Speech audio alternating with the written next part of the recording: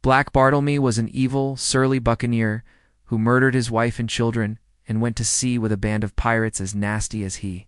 He roamed the Atlantic coast, murdering and pillaging and laying waste to the countryside as he passed. By the time he approached Cape Forchu in Nova Scotia, Black Bartelmy had a ship loaded with treasure. 500 chests had he full of gold and jewels and goblets and mighty swords.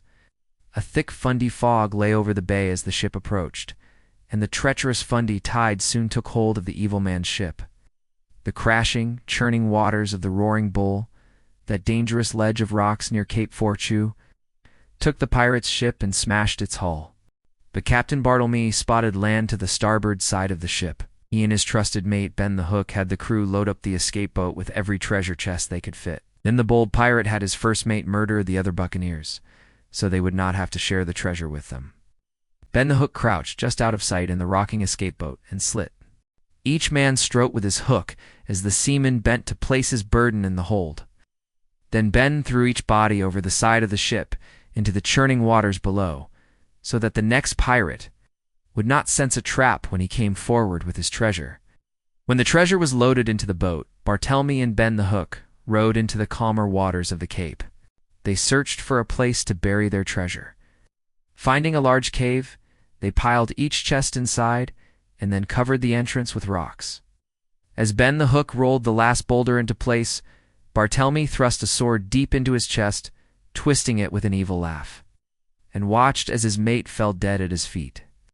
Knowing that he had to leave this remote spot or starve, the evil pirate captain walked along the edge of the water, searching for a town or a harbor where he might row the escape boat. But Black Bartelmy soon found himself mired in quicksand with no one to save him. Only the gulls heard his dying curses ringing over the cape as he sank down and down into the mire and was engulfed.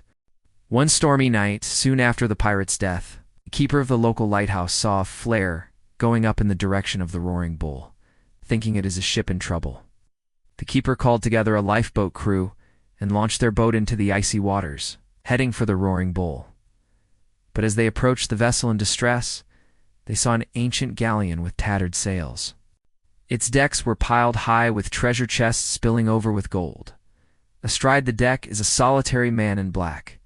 The evil pirate grinned wickedly down at them, gesturing grandly with his cutlass. As the breakers overwhelmed their boat, the last thing the keeper and the rescuers heard was the sound of Black Bartelmy's ghost, laughing. They say that the ghost of Black Bartelmy continues to haunt the Cape and the Roaring Bull to this day, and that any rescue crew summoned to save a vessel off the Roaring Bull should take every precaution, because the distressed vessel might not really be there.